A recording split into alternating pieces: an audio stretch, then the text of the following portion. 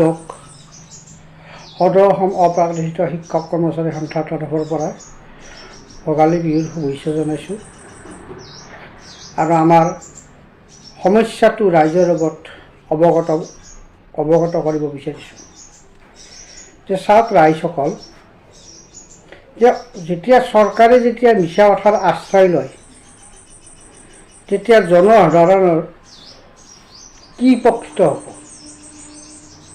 যে আমাক মিছা কথা আভুৱা ভৰাই 2022 চনৰ পৰা 2025 চনটো শেষ কৰিলে আমাৰ সমস্যাটো সমাধান কৰিম বুলি। আজি 2026 চন পৰিলে, এতিয়ালৈকে আমাৰ সমস্যা হৈ থাকিল। অথচ চৰকাৰে আমাক আশ্বাস দিছিল যে আইনৰ 17-18 আইনৰ ধাৰা উপধাৰাসমূহ শিথিলত কৰি সংশোধনীৰ ব্যৱস্থাৰে তেওঁলোকে আমাৰ সমস্যাটো সমাধান কৰিবলৈ আমাক আশ্বাস দিছিল। কিন্তু এতিয়ালৈকে সংবিধান যিখন আইন তেওঁলোকে সংশোধন কৰিলে যোৱা বিধানসভাত, নামমাত্ৰ এটা শব্দ সলনি কৰি বাকী ধাৰা উপধাৰাবিলাক ঠিক একেদৰে আছে। কোনো ধৰণৰ সংশোধনী ব্যৱস্থা লোৱা নাই আৰু সেই যিটো ব্যৱস্থা, সংশোধনীৰ যিটো ব্যৱস্থা, সেইটো ওলমি আছে। এতিয়ালৈকে কিন্তু কোনো কাৰ্যকৰী ব্যৱস্থা লোৱা নাই। যে কথা হ'ল কি, এই চৰকাৰে আমাক এই ভেঞ্চাৰ স্কুলখিনিক লৈ কিয় ইমান ষড়যন্ত্ৰমূলকভাৱে আমাক ধ্বংস কৰাৰ কাৰণে উঠি পৰি লাগি আছে, আমি বুজি পোৱা নাই। আমাৰ শিক্ষকসকলক কিয় ইমান দুখ বেদনাৰ এই চৰকাৰখনে দিছে, যিখন চৰকাৰে বিভিন্ন ধৰণৰ কোটি কোটি টকাৰ আঁচনি তৈয়াৰ কৰি জনসাধাৰণক উপকৃত কৰিছে। তাৰ বাবে মই চৰকাৰক ধন্যবাদ। বহুত আঁচনি তেওঁলোকে তৈয়াৰ কৰিছে। কিন্তু ভেঞ্চাৰ স্কুলত নিমিত্ত মাত্ৰ শিক্ষক, খুব বেছি 10,000 বা 12,000 মান শিক্ষকে বৰ্তমান জীৱিত আছে।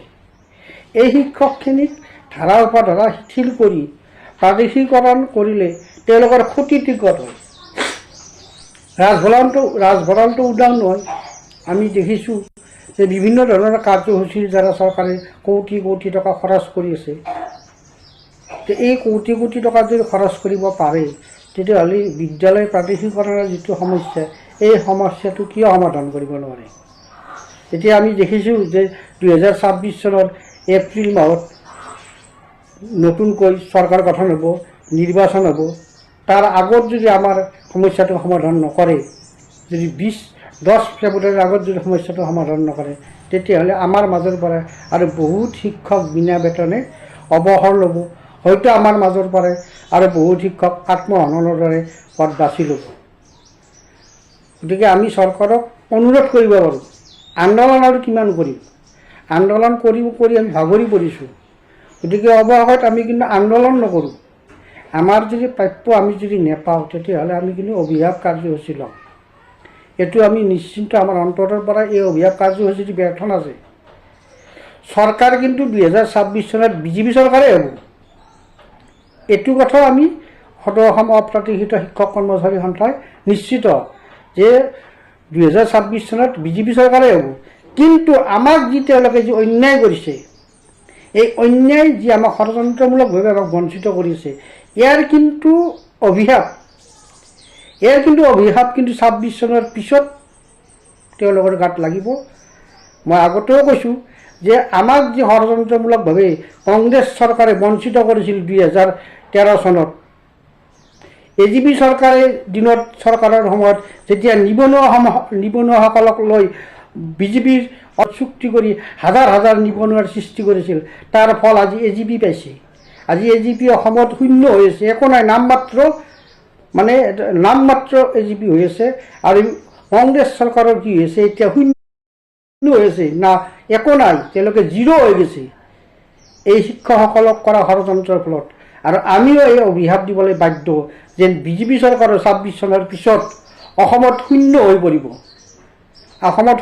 পৰিব, আৰু এইটো আমি কৰিব নিবিচাৰোঁ। সেইকাৰণে মাননীয় মুখ্যমন্ত্ৰী মহোদয়ক আমি অনুৰোধ কৰিছোঁ, ধাৰা উপধাৰাসমূহ শিথিলতা আনি আমাক প্ৰাদেশিকৰণৰ ব্যৱস্থা এই ফেব্ৰুৱাৰী মাহতে কৰক। যিহেতু আপোনাৰ চৰকাৰে 2026 চনত গঠন হ'ব, গতিকে নিৰ্বাচনৰ আগে আগে আমি ভাবিছোঁ বা আমি আপোনাক অনুৰোধ কৰিছোঁ এজন আপুনি এজন দক্ষ মুখ্যমন্ত্ৰী অসমৰ, গতিকে দক্ষ মুখ্যমন্ত্ৰীৰ দক্ষতা এই নগণ্য সংখ্যক শিক্ষকক মানে এটা ন্যায় দি আপোনাৰ দক্ষতাৰ প্ৰমাণ দিয়ক, নহ'লে কিন্তু জনসাধাৰণে কিন্তু এটা সময়ত আপোনালোকক কিন্তু হেই প্ৰতিপন্ন কৰিব। কাৰণ আপুনি যিবিলাক আঁচনি দিছে, কিছুমান আঁচনি দিছে, যি আঁচনি নিযুত মইনা, বাবু আঁচনি, এইবিলাক আঁচনিৰ দ্বাৰাই এডুকেশ্যন ডিপাৰ্টমেণ্ট ডেভেলপ নহয়। এডুকেশ্যন ডিপাৰ্টমেণ্ট ডেভেলপ হ'লে শিক্ষকখিনিক দক্ষ হিচাপে শিক্ষানুষ্ঠানখিনিৰ ওপৰত আন্তঃগাঁথনিৰ ওপৰত গুৰুত্ব দিয়ক, শিক্ষক আৰু বিদ্যালয়ৰ আন্তঃগাঁথনিৰ ওপৰত গুৰুত্ব দিয়ক। যিবিলাক আঁচনিৰ জৰিয়তে জনসাধাৰণ অসমৰ ৰাইজৰ অসমৰ অৰ্থনৈতিক উন্নয়ন হয় সেইবিলাকত গুৰুত্ব দিয়ক। আপুনি যিহেতু পদ প্ৰাদেশিকৰণ কৰিব, গতিকে শিক্ষকৰ পদ প্ৰাদেশিকৰণ কৰক, তাৰ ধাৰা উপধাৰাবিলাক শীতলতা আনিলে আপোনাক আমি অনুৰোধ কৰিব পাৰোঁ। আশা কৰোঁ আপুনি আমাৰ এই সদৌ অসম অপ্ৰাদেশিত শিক্ষক কৰ্মচাৰীৰ সন্থাৰ দুখ বেদনা বুজিব আৰু অতি সোনকালে আমাৰ সমস্যাটো সমাধান কৰিব। নহ'লে কিন্তু আমিও আমাৰ যিটো মৌনতা, এই মৌনতাটোক আপুনি দুৰ্বল বুলি নাভাবিব। আমাৰ এই মৌনতাৰ এই খবৰ জুই কিন্তু এদিন অসমত জ্বলিব আৰু ইয়াৰ প্ৰভাৱ বিজেপি চৰকাৰ, বিজেপিৰ ওপৰত কিন্তু ইয়াৰ প্ৰভাৱ পৰিব। ধন্যবাদ।